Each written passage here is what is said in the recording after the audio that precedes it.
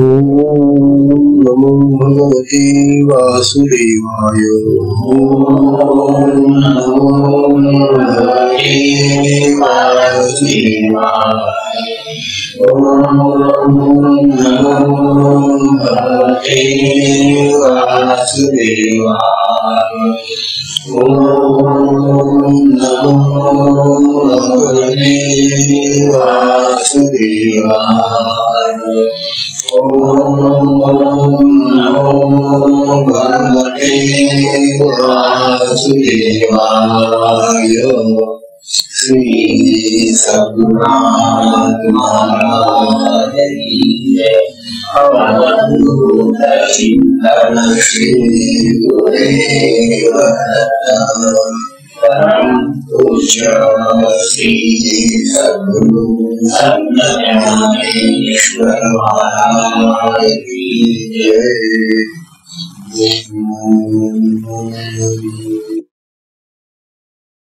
परम पूजनीय श्री सद्गुरु संत ज्ञानेश्वर महाराज,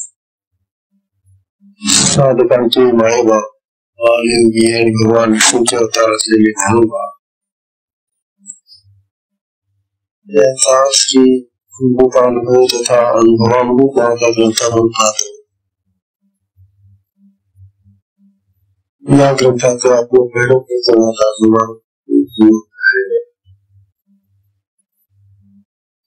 ज्ञानवाणी या पहिल्या प्रकरणामध्ये शिव आणि शक्ती म्हणजे आत्मा आणि लिंग, आत्मा आणि त्याची शक्ती, शिवशक्ती, विकती पुरुष, देवदेवी अशा नावाने त्या आत्म्याचं आणि शक्तीचं वर्णन करून त्यांना शेवटी वंदन केलेले. आणि हे वंदन करताना ज्ञानोबा त्यांच्या स्वरूपात जाऊन वंदन करतात. आत्मस्वरूप होऊन ते वंदन आहे, एकरूप होऊन ते वंदन आहे. किंवा असंच वंदन आपल्या सगळ्या साधकांनी करावं अशी ज्ञानोबांची इच्छा आहे. परंतु हे कसं जमणार आपल्याला, आणि ते जमण्यासाठी आता पुढच्या प्रकरणाचा विषय येतो आहे. पुढचा हे जे प्रकरण आहे हे आपल्या दृष्टीनं, सगळ्या साधकांच्या दृष्टीनं अतिशय महत्वाचं प्रकरण. ज्ञानोबा सांगल्याने आता हे माझं वंदन आहे ते माझ्या सद्गुरूंना आहे. तेव्हा तुम्हाला जर आत्मस्वरूपामध्ये जाऊन वंदन करायची इच्छा असेल तर तुम्हालाही सद्गुरूंची प्राप्ती होऊन त्या सद्गुरूंकडून साधना घेऊन तुम्हाला ते प्राप्त करता येऊ शकतं. तेव्हा सद्गुरूला वंदन करताना, सद्गुरूंची महती गाताना ज्ञानोबा आता या प्रकरणामध्ये आपल्याला इतका सुंदर बोध देत आहे. गुरु संबंधी तर आपण पुष्कळ वाचलेलं आहे. गुरुगीते ते आपण पुष्कळ ऐकलेलं आहे गुरु संबंधी, किंवा अन्य ग्रंथातील. ज्ञानेश्वरी पुष्कळ वेळा गुरुस्तवन आलेलं आहे. प्रत्येक अध्यायाच्या प्रारंभी ज्ञानोबा प्रत्येक अध्यायाला स्तवनाने प्रारंभ करतो. पण हे स्तवन फारच वेगळं आहे. स्तवन तर सगळं एकच आहे, परंतु ज्ञानोबांचे हे जे आता स्तवन करण्याचा हा जो प्रकार आहे हा त्यांचा आत्मस्थितीमधून निर्माण झालेला प्रकार आहे. आत्मस्वरूपावरून गुरुंना कसं पाहता येतं, गुरु कसे दिसतात, कसे वाटतात, कसे असतात, गुरु काय करतात, गुरु कशासाठी करायचे, वगैरे वगैरे वगैरे. तेव्हा गुरु संबंधीच हे जे प्रकरण आहे या संबंधी ज्ञानोबा पहिले तुम्हाला सांगते.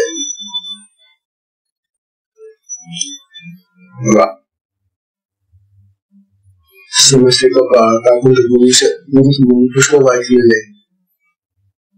ज्ञानोबा पहिली मुली सांगताय आता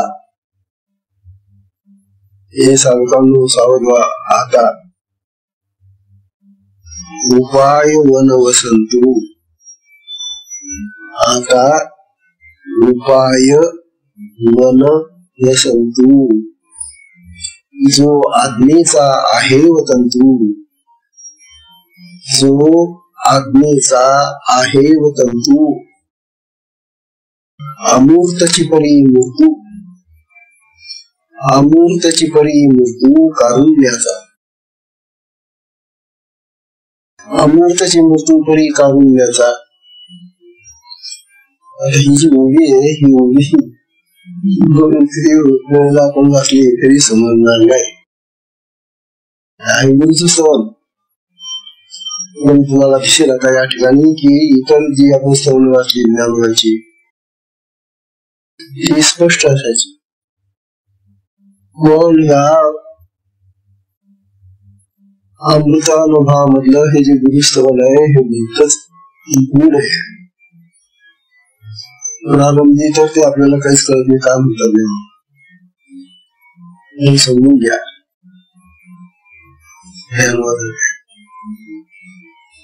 ऐका बाबा पुन्हा म्हणतात, आता मी शिवशक्तीचं नमन करून झाल्यानंतर माझ्या सद्गुरूंना नमस्कार करतो, वंदन करतो. पण माझे सद्गुरू आहेत कसे?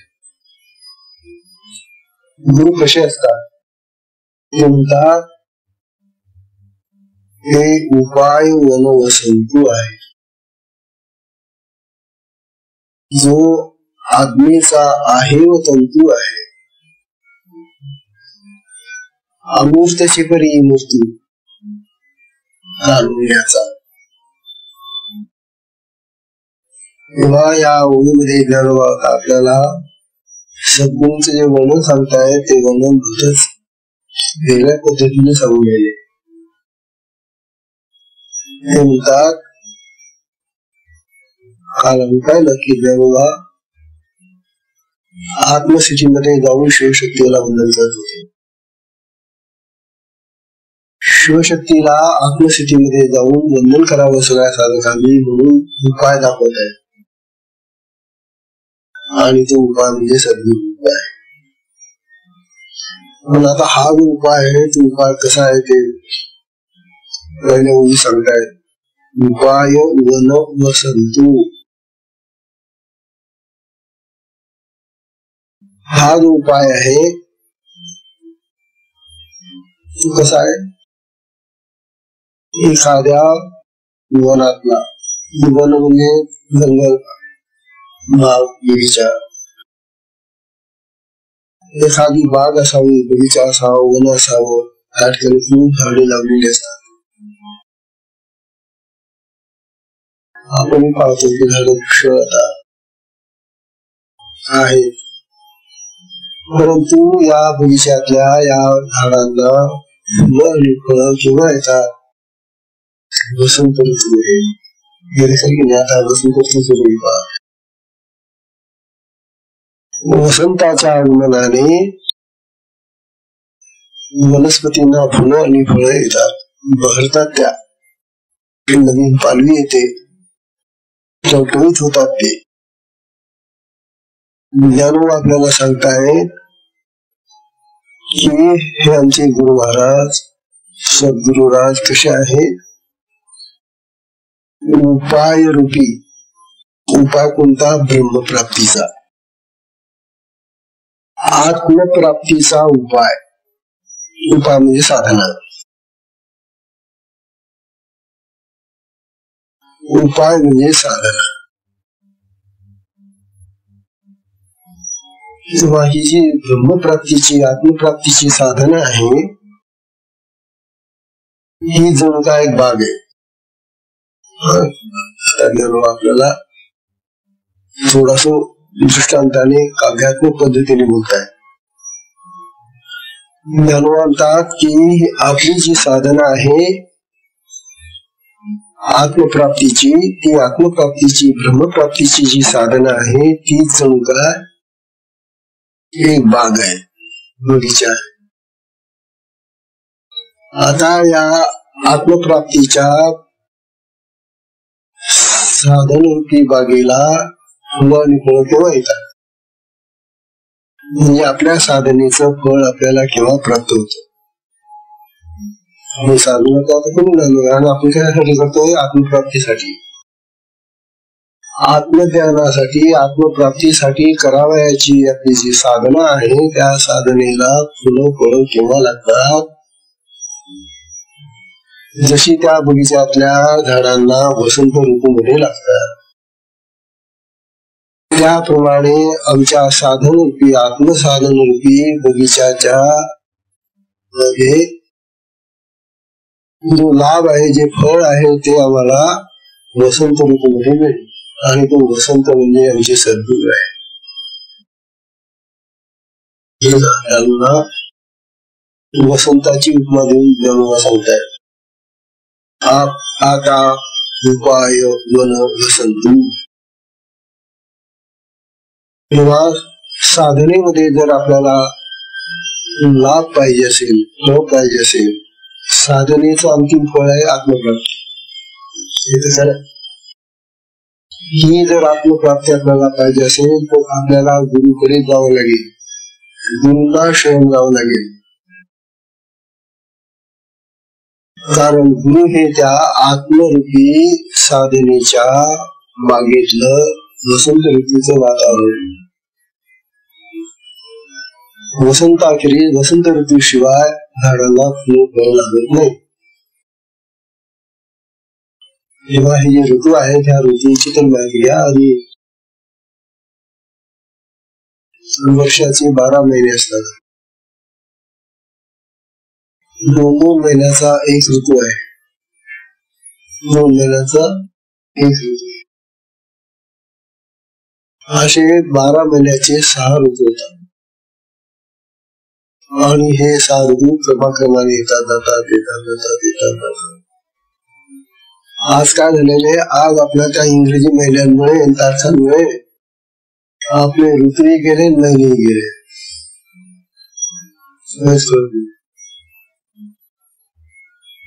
तेव्हा वसंत ऋतू हा त्या 6 ऋतूला श्रेष्ठ ऋतू मानला जातो. कारण या वेळेला जिकडे तिकडे वनस्पतीमध्ये बहर आलेला आहे, फुलं आलेले, पानं आलेले, फळं येतात. म्हणून वसंत ऋतू हा 6 ऋतूमधला श्रेष्ठ ऋतू आहे. तसे साधनेचं, आत्मसाधनेचं फळ देणारे जर कोणी असतील आमचे, तर ते सद्गुरु रूपी वसंत ऋतू आहे. कळली? आता कळायला सुरुवात झाली.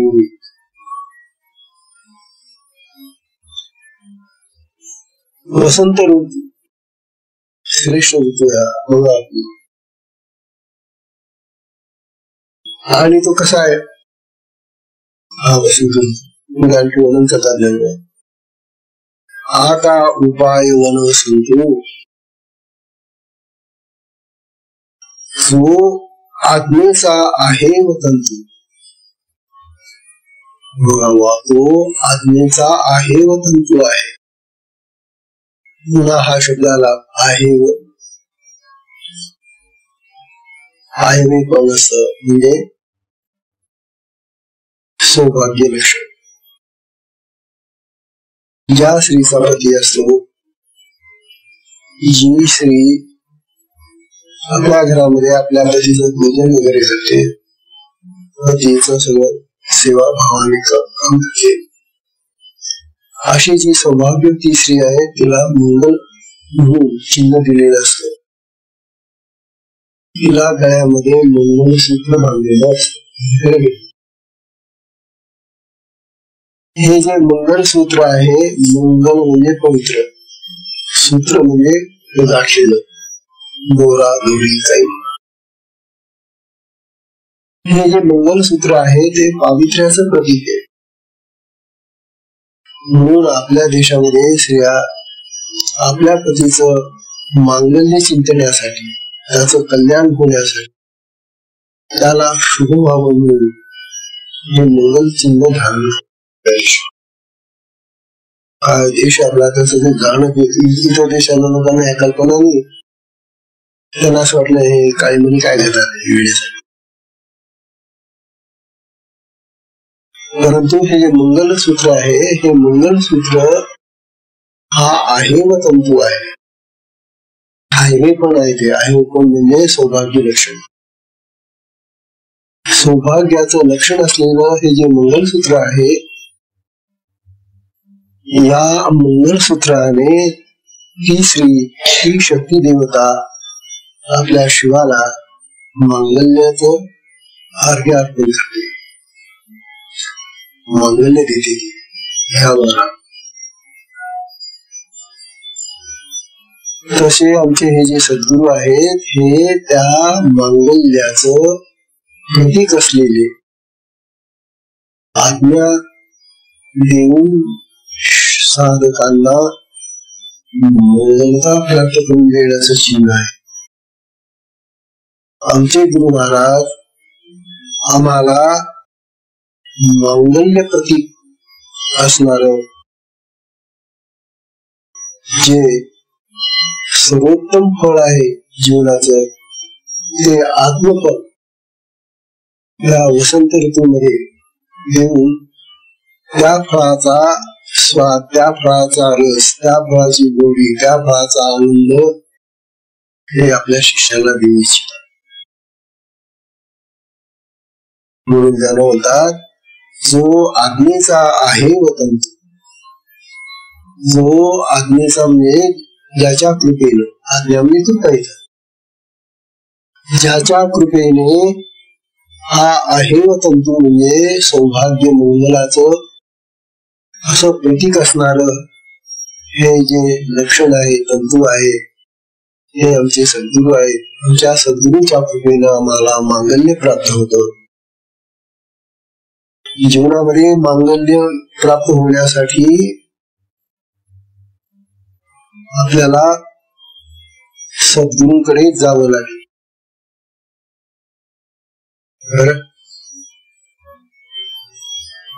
तेव्हा हे मांगल्य आहे, हे मांगल्य सृष्टीमध्ये वसंत ऋतूच्या रूपाने सजतं. जीवनामध्ये ही जी प्रपंचामध्ये स्त्री आहे, तिच्या गळ्यातलं ते मंगलसूत्र त्या रूपाने सजतं. आणि साधकाच्या जीवनामध्ये हे मांगल्य त्या गुरुच्या रूपाने सजतं, दिसतं, भासतं. आहे ना मांगल्याचं दर्शन. तेव्हा हे जे मांगल्याचं दर्शन आहे, हे गुरुच्या ठिकाणी होतं असं म्हणतात. तेव्हा आपले हे जे 6 ऋतू आहेत, त्या 6 ऋतूची नावं तर लक्षात ठेवा. वसंत, ग्रीष्म, शिशिर, वर्षा, शरद, है ना. अशा प्रकारची हे 6 ऋतू ते आहेत आपले. तेव्हा हे 6 ऋतू लक्षात घ्या. आणि या 6 ऋतूंमध्ये आपल्याला सगळ्यात जास्त आनंद देणारा जर कोणता ऋतू असेल तर तो हा वसंत ऋतू आहे असं ज्ञानोबा सांगतात. आणि या वसंत ऋतूचे जे स्वरूप आहे ते आनंद देणारं स्वरूप आहे, सगळ्यांना आनंद देणारं स्वरूप आहे, असा हा वसंत ऋतू आहे. आता आपल्याला ज्ञानोबा असं सांगताय, लोक जन्माला आल्याबरोबर, माणसं जन्माला आली रे आली, घरामध्ये बाळ जन्माला आलं रे आलं, की त्या बाळाला जन्मताच आणि जन्मापूर्वी एकूण संस्कार आहे, तसे एकूण 16 संस्कार आहे.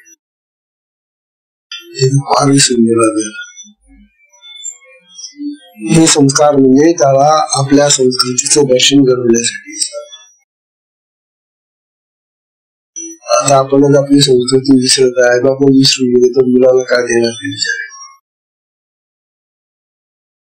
आता आपल्याला ज्ञानोबा सांगायले की ते बाळ जन्माला आल्याबरोबर त्याला ईश्वराकडे त्याचं लक्ष लागावं, ईश्वराकडे त्याचा कल व्हावा, ईश्वर निष्ठा त्याची लहानपणापासून लागावी, गोडी लागावी ईश्वराची, म्हणून त्याच्यावर काही संस्कार केले जातात. ईश्वराच्या बाबतीमध्ये त्या पोरांना, लहान मुलांना संस्कार घडवावे. परंतु आज माणसं विसरून गेलेले ईश्वराला, आज्ञाला विसरल्यामुळे माणसं काय करतात, त्याला संसाराचे संस्कार लावतात, संसाराकडे लावतात आणि संसाराच्या कर्मांमध्ये त्याला लावून त्याला पूर्ण संसारी बनवून टाकतात. ज्ञानोबा आपल्याला असं सांगलेलं आता, अहो ज्याला पूर्ण संसारीतून बनवून टाकलेला आहे, हा जो पोरगा तयार झाला तुमचा, हा ईश्वराकडे आता वळेल का? ईश्वराकडे वळण्यासाठी जे वय आहे ते वय बालपण आहे. हा बाल्यकाल जर निघून गेला त्याचा बिना ईश्वरात, तर तो थोडा मोठा झाल्यानंतर, स्वतःचे विचार करू लागल्यानंतर तो कधीही ईश्वराचा विचार करणार नाही. आणि ज्याला ईश्वराचा विचार येत नाही, त्याला सद्गुरूचा विचार नाही. मुलांना बघा तुम्ही, त्यांना जर त्या मुलांना सांगितलं, अरे गुरु करून घे, अरे दिशा घे, अरे तू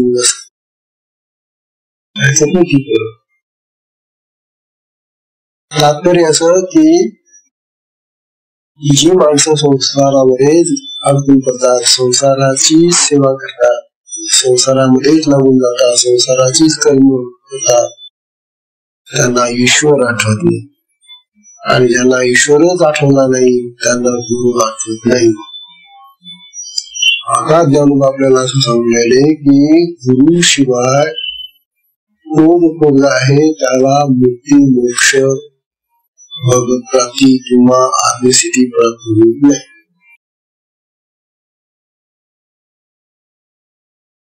हे निश्चित ठरून गेलेले आहे की गुरु विना ज्ञान, आत्मज्ञान नाही.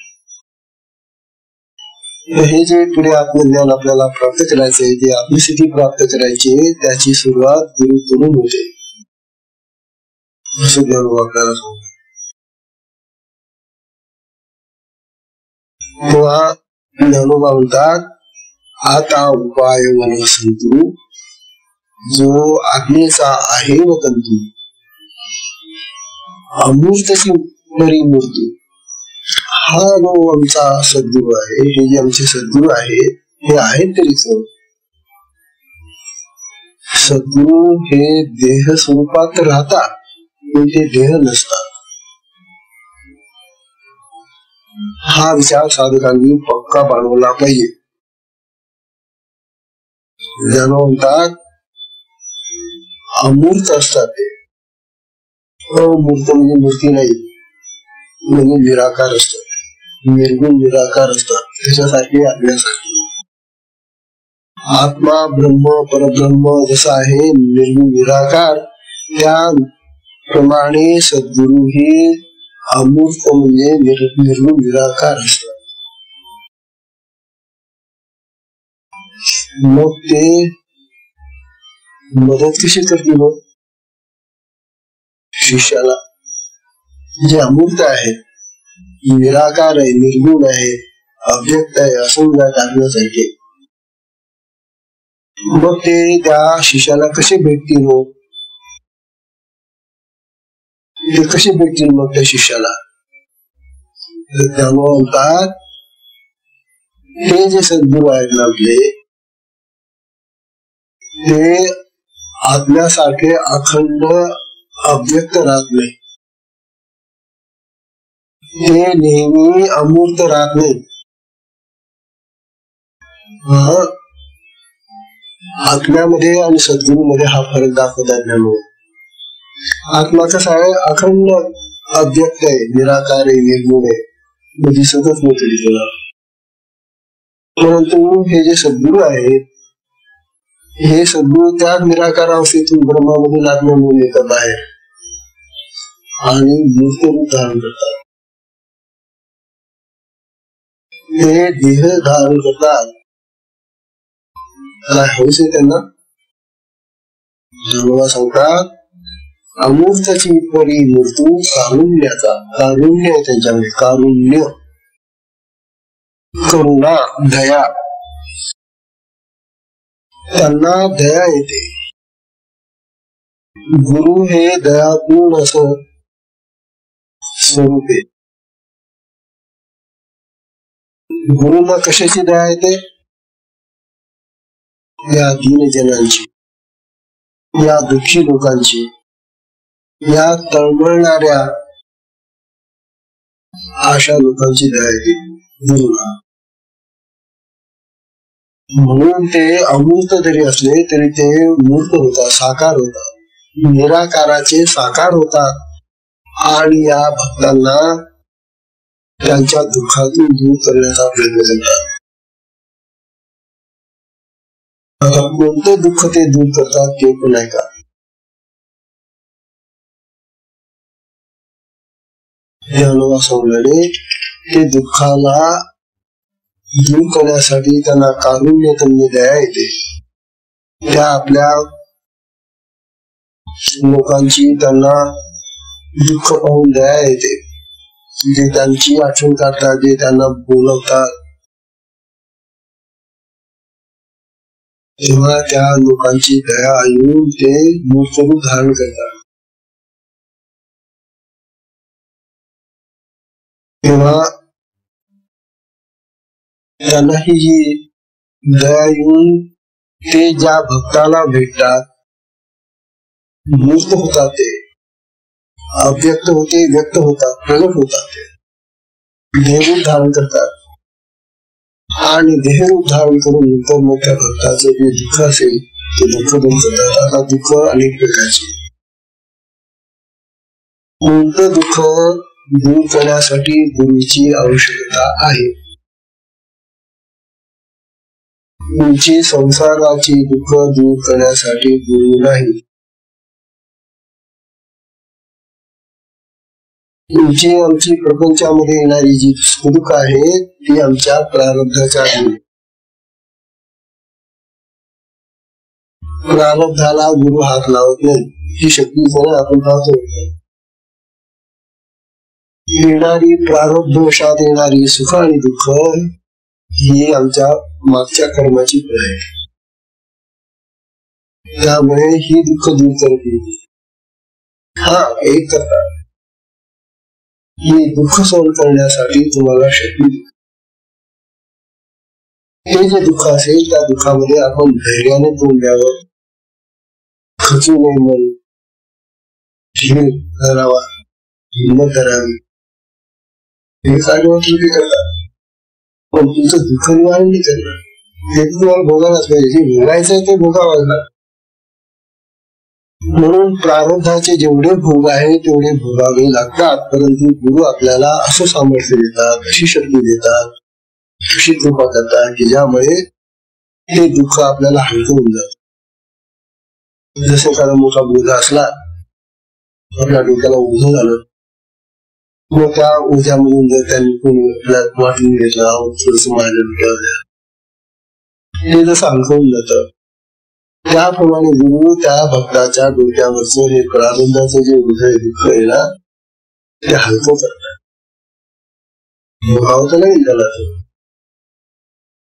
मग कोणतं दुःख दूर करतात ज्ञानोबा सांगतात? सगळ्यात मोठं दुःख आहे अज्ञानामुळे निर्माण झालेलं.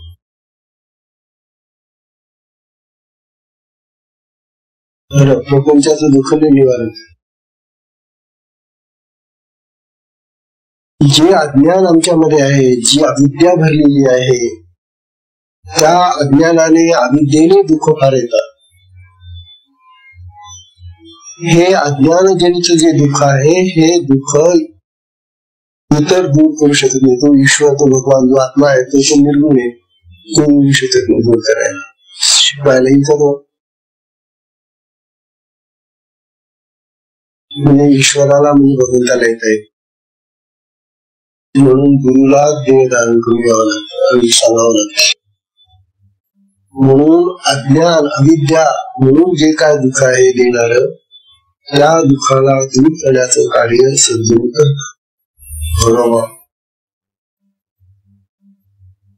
होता अज्ञानामुळे आम्ही जन्मभर संसारातच राहतो. फार मोठे अज्ञानामुळे जी माणसं आता अज्ञानी आहे, ज्यांना ज्ञान नाही देवाचं, ईश्वराचं, गुरुचं, शास्त्राचं, संतांचं, सद्गुरूचं ज्ञान नाही त्यांना, ही माणसं जरी काही तात्पुरते उपाय करतात, तीर्थयात्रा, उपास तापास, वैकल्य, त्यामुळे हे जे आत्म्याचं जे सुख आहे, आनंद आहे, तो मिळत नाही. आत्मसुखासाठी आत्म्याची साधना असली पाहिजे. म्हणून त्यानं आपल्याला आता असं सांगणार आहे की हे जे सद्गुरू असतात, ते सद्गुरू त्या भक्ताची अविद्या निर्मिती जी झाली त्याच्या अंतःकरणामध्ये, बुद्धीमध्ये, ते अज्ञान घालवण्यासाठी ते मूर्त रूपाने अर्थाने सांगावं लागतं, शिकवावं लागतं. म्हणून ते बोलके असतात. हे धारण केल्यामुळे त्यांना बोलता येतं. कसं काय शिकवलं असेल त्या भक्तांना. म्हणून ते त्या आपल्या भक्ताला जवळ करतात आणि त्याला उपदेश देतात, बोध देतात. हा जो बोध आहे, या बोधातून त्याची चित्तवृत्ती, त्याची बुद्धी, त्याचं मन, त्याचं अंतःकरण बदलत जातं. पूर्वी ज्या गोष्टी त्याला फार आवडत होत्या, ज्या गोष्टीकडे त्याची घाव होती, सद्गुरूच्या या उपदेशाने त्याच्या चित्तामध्ये फरक पडायला लागतो, बुद्धीमध्ये फरक पडायला लागतो. आणि तो फरक पडायला लागला की मग तो ज्या पूर्वी आवडणाऱ्या गोष्टी होत्या त्या कमी करायला लागतो. आणि आता गुरु सांगतात तेच करायला. तेव्हा अविद्या नष्ट करण्यासाठी गुरुचा उपदेश हवाच. हे जालिम औषध आहे त्याच्यावर. जसं काही औषध असतात ना, किंवा हे औषध घेतल्याशिवाय आरोग्य राहणार नाही, डॉक्टर सांगतात. तसं अविद्येचं दुःख दूर करण्यासाठी सद्गुरूंचा बोध, सद्गुरूंचं ज्ञान हे जालिम औषध आहे. हे घेतल्याशिवाय त्याची अविद्या, त्याचा ज्ञान नष्ट होणार नाही. म्हणून त्यानुसार सांगतात की आमचे गुरु कारुण्याचे सिंधू आहे, सागर आहे, दयेचे सागर असतात. इतकी दया असते गुरुमध्ये की त्या दयेचा ओझ थोडासा जरी आपल्या शिष्याला झाला, त्या दयेचा स्पर्श जरी झाला, दया पावसाचं शिंपडले की काय वाटलं, तसे त्या दयेचे जे शिंतोडे आहेत, स्पर्श आहे, तो थोडासा जरी लाभ झाला त्या शिष्याला, तरी सुद्धा लगेच त्याला खेळवायला लागतो आणि तो बदलायला. म्हणून सद्गुरूच्या बोधाने, सद्गुरूच्या उपदेशाने त्याच्या चित्तामध्ये, त्याच्या बुद्धीमध्ये फरक पडतो. हे सद्गुरूचं कार्य आहे.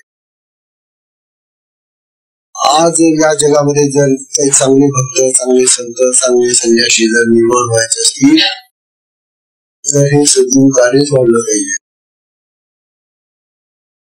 त्याशिवाय या जगाला चांगली अवस्था येणार नाही. असे कितीही चांगले मंत्री तयार केले तुम्ही आणि कितीही चांगले असे समाजसेवक तयार केले तुम्ही, जर त्यांना ही बुद्धी नाही म्हणून तरी सुद्धा त्यांच्याकडून या जगाचं काही हेतू होणार नाही, कल्याण होऊ शकत. जगाच्या कल्याणा संतांच्या तेव्हा हे संत निर्माण करण्याचं कार्य गुरु साध्या भक्ताला ते संत म्हणून टाकतात आणि संताचा सिद्ध करून टाकायचा. सिद्ध झाला की तो आधी सुद्धा हे गुरुचं कार्य आहे. आणि गुरु त्यामुळे सांगताय सद्गुरूची अविद्या निवृत्ती ही माणसाला सगळ्यात मोठी लाभदायक अशी असते. कारण ती गुरुशिवाय कोणी करू शकते. तुम्ही सांगा किती जरी डिग्र्या घेतल्या, किती जरी तो शिकला, त्याला तिथे गुरु आहेतच. परंतु हे जे गुरु आहे त्याला विद्या देणारे त्या ठिकाणचे ती जी विद्या आहे ती संसाराची विद्या आहे, जगासाठी ती विद्या आहे.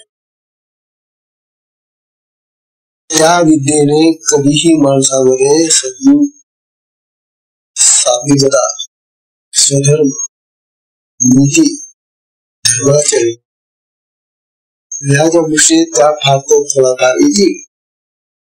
परंतु त्याला जे आत्मज्ञान पाहिजे, आत्मस्थिती पाहिजे, आत्म्याचं जे स्वरूप आहे ते जाणण्यासाठी या विद्येचा काही उपयोग नाही. मुळात मी डिग्र्या त्याच्यामध्ये तो नोकऱ्या मिळतील, पद मिळतील, प्रतिष्ठा मिळेल, पैसा मिळेल, हे सगळं संसारी आणि नश्वर आहे सगळं. जे शाश्वत धन आहे ते शाश्वत धन या लौकिक विद्येने कधीच मिळत नाही. म्हणून किती जरी डिग्र्या मिळवल्या आणि ते डिग्र्यांचे गाठोडे बांधून आपण बेकार घेतलं, लोकांना सांगायला लागलो, अहो बघा मी इथे शिकलो, हो हो इतक्या डिग्र्या, हो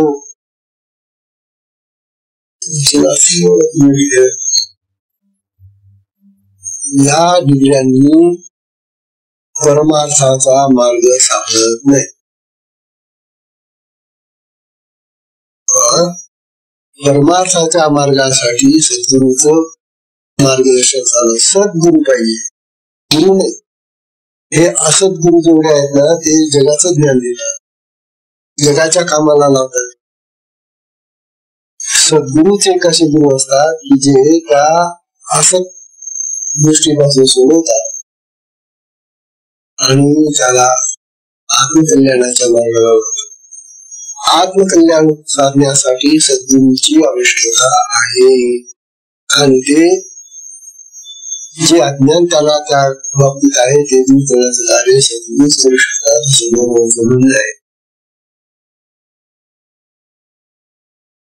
अनुभव सांगताय फार सुंदर विचार करतात. आपण बरेचसे लोक आता ज्यांनी गुरु केलेले नाही ते सुद्धा देव धर्म वगैरे करतात.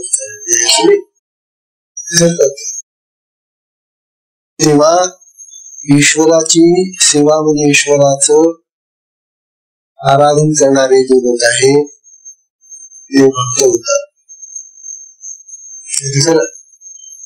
ईश्वराची पूजा करतात, सगळे वारकरी आहेत ते जातात, नाना प्रकारचे लोक आहेत जगामध्ये, हे सगळे भक्त आहेत. ज्ञानवंतात ईश्वराची सेवा करणारा भक्त असतो. गुरुची सेवा करणारा मुमुक्षु असतो. भक्त आणि मुमुक्षु याच्यामध्ये थोडासा फरक. मोक्षाची इच्छा, मुक्तीची इच्छा करणारा तो मुमुक्षु, या संसारातून मुक्त होण्याची इच्छा करणारा तो मुमुक्षु. पुन्हा संसारात नको देवा, मला पुन्हा जन्माला घालू नको या संसाराला, अशा प्रकारचा सुटण्याचा जो विचार आहे तो मुमुक्षुचा विचार आहे. आणि तो सद्गुरूच्या भक्तीने प्राप्त होतो. ईश्वराच्या भक्तीने भक्त बनला, परंतु त्याला मोक्ष यायला पाहिजे, मुक्तीचा विचार त्याच्या डोक्यात शिरला पाहिजे.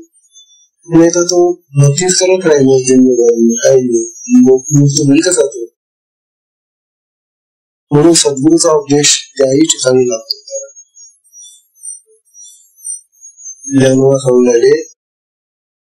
संसाराची भक्ती करणारा जो आहे, संसाराच्या सेवेमध्ये अडकलेला जो आहे जन्म, तो अज्ञानीच राहतो.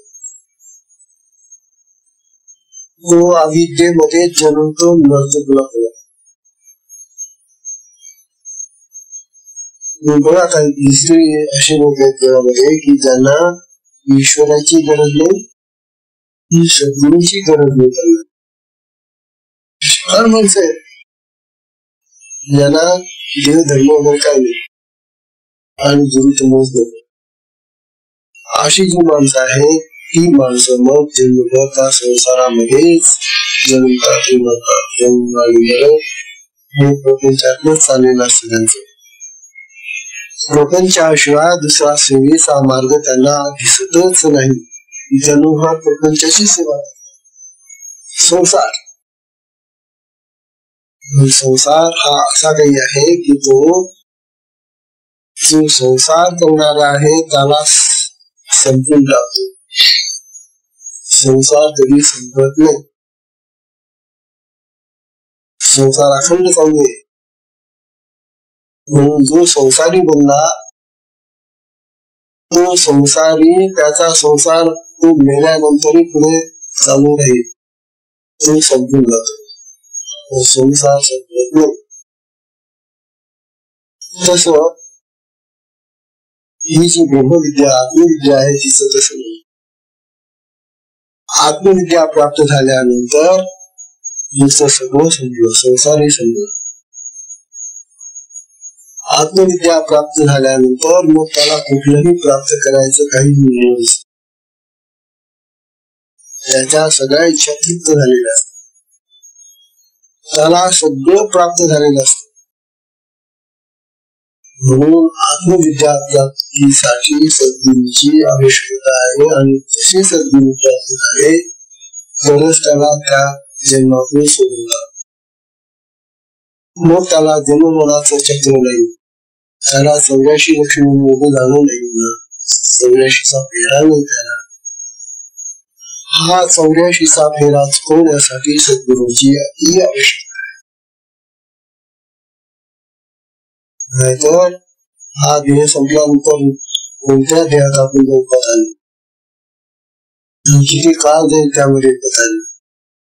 आणि कित्येक कोटी वर्ष जातील आपण म्हणून या देहामध्येच या देहातूनच आता अनुभव प्राप्त होण्यासाठी सद्गुरूला शरण जावं. सद्गुरूला सांगताय म्हणतात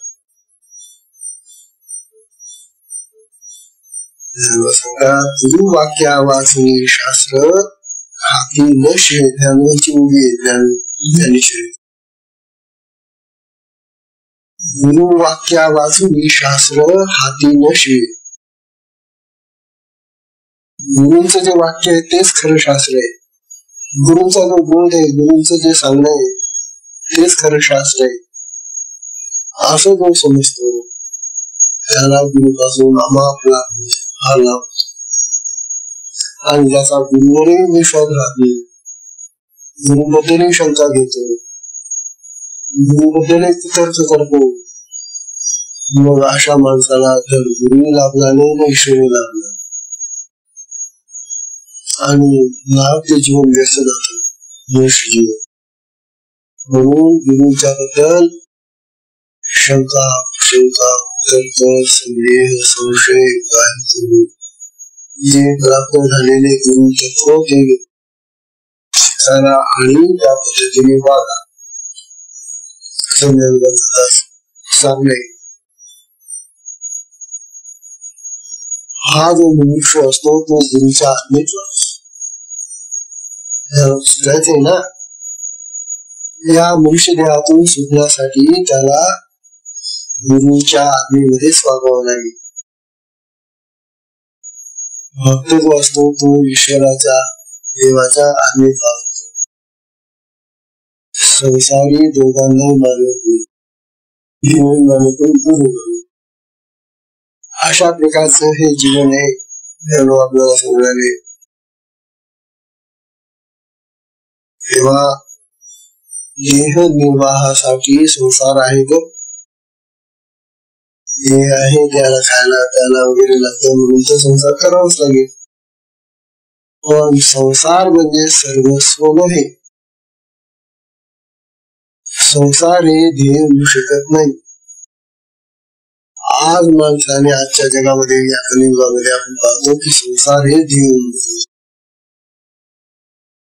माझा मुलगा मोठा व्हायला पाहिजे, माझा मुलगा असं व्हायला पाहिजे, माझा मुलगा तसं व्हायला पाहिजे.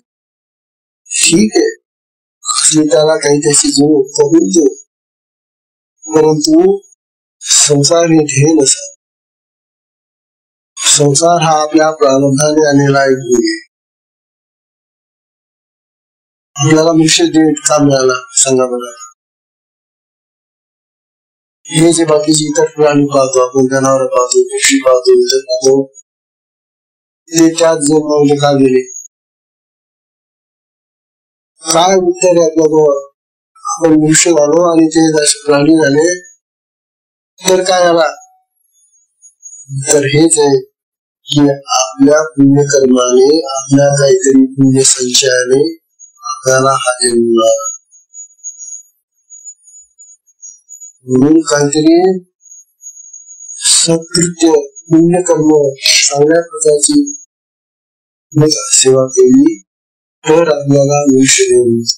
मनुष्य देह मिळण्यासाठी पाप आणि पुण्याची समानता ठेवण्यात येईल.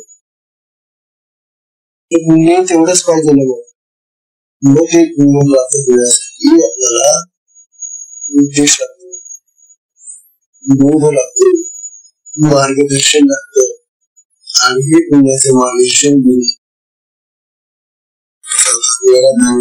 सांगणार आहे. त्यामुळे म्हणतायत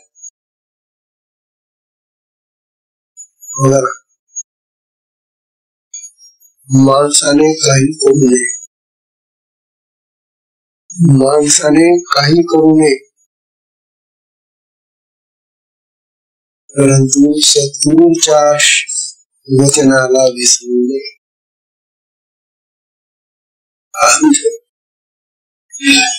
बाकी तुम्ही नाही केलं दुसरं बाकीचं तर चालेल, त्याच काय परिणाम होईल थोडस बघावं लागेल. पण सद्गुरूंची जी वचन आहे, सद्गुरूंचा जो बोध आहे, सद्गुरूंचं जो म्हणणं आहे ते विसरायला आणि दुसरं बाकी शिकून जातो.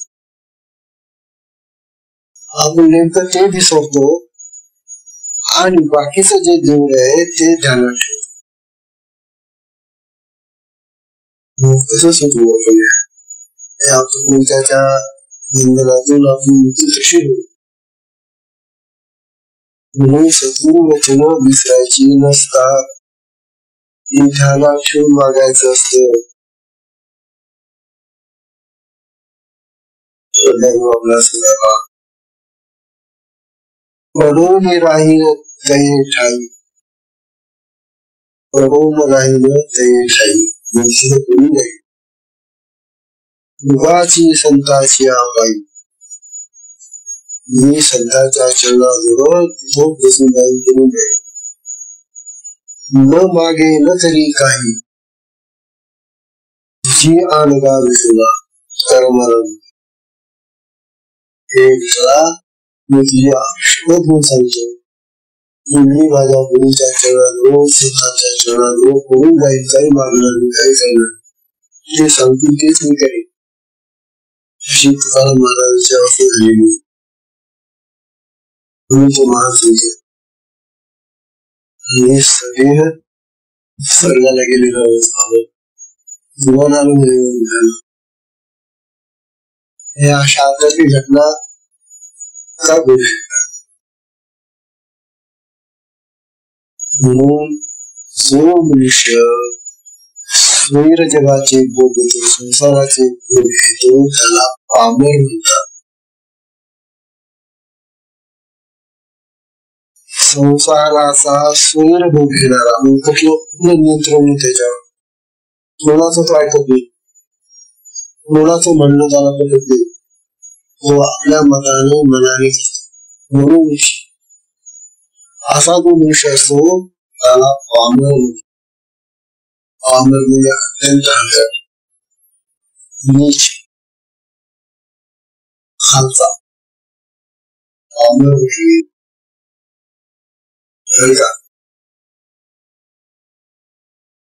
जो नियमाप्रमाणे संसाराची भोगवतो आता संसार करावा लागेल.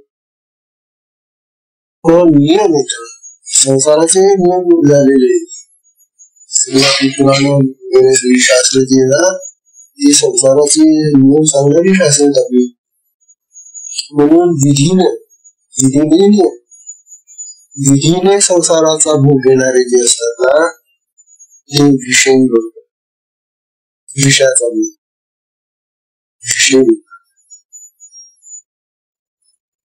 देवाच्या आज्ञेत राहून संसार वागणारा असतो त्याला भोग म्हणायचं आणि गुरुच्या आज्ञेत वागणारा जो असतो तोच मोक्षाचा अधिकारी म्हणून. अशा प्रकारचे या लोकांची प्रथा जगामध्ये आहे. तेव्हा त्या म्हणतात असे माझे ज्योतिष आहेत अमूर्तची परी आणून त्यांना अतिशय सद्गुण म्हटला की तो दयाळूच असला पाहिजे. त्याचं अंतकरण अतिशय मऊ असतो. त्याला वळवळा येतो जिव्हाळा वाटतो भक्तांचा.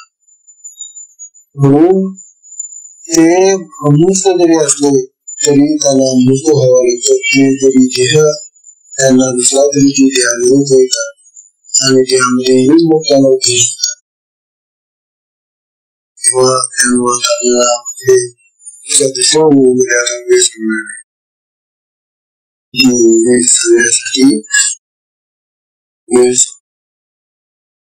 आजच्या पहिल्याच मुलीमध्ये आज आपल्याला नवरो हा एवढा वेळेला कारण पहिली मुली अतिशय सुरुवात झाली आता चार महिन्याला. दुसरी मुली नुसती वाचून ठेवा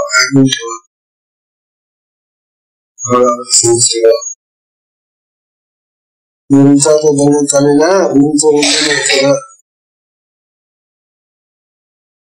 अविद्येचे आडवे विहित जीवपणाचे भवे. अविद्येचे आडवे विहित जीवपणाचे भवे.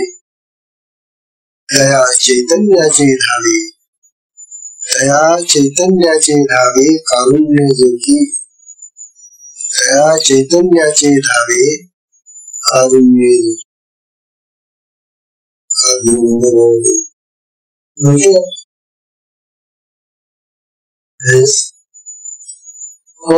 काय तुम्हाला असा आनंद घेत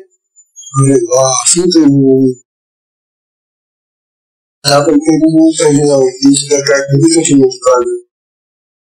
आपल्याला सांगत होते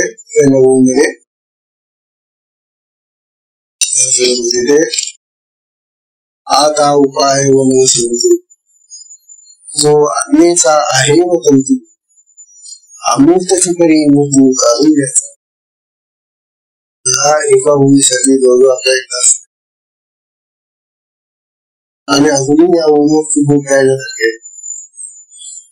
आपल्याला वेळेचे बंधन आहे आणि शास्त्राचा खूप जास्त विचार करायला गेले ते उद्या का चालले बघितलं यांच्यासाठी अभ्यास केलं काही सांगतच नाही.